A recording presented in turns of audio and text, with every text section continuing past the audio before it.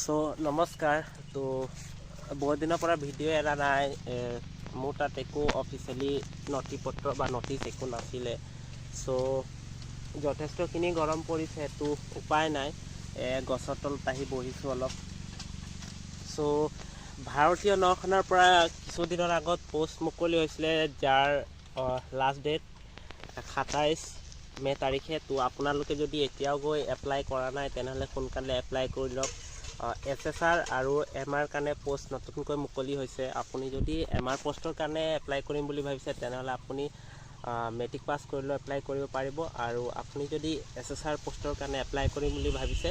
তেনেহ'লে আপুনি সায়েন্সৰ ষ্টুডেণ্ট হ'ব লাগিব লগতে আপোনাৰ ফিজিক্স কেমেষ্ট্ৰি মেথামেটিক্স ছাবজেক্টবোৰ থাকিব লাগিব আৰু লগতে 50%ৰ ওপৰত থাকিব লাগিব তেতিয়াহে আপুনি এই পোষ্টৰ বাবে এপ্লাই কৰিব পাৰিব আৰু এই পোষ্টত এপ্লাই কৰিবৰ কাৰণে কিছুমান আপোনালোকৰ এপ্লিকেশ্যন ফিজো দিব লাগে এইবিলাক আপোনালোকে জানেই ধৰ OBC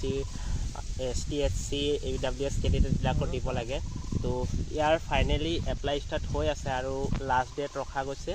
27 মে তাৰিখে তো আপোনালোকে যদি এপ্লাই কৰা নাই সোনকালে গৈ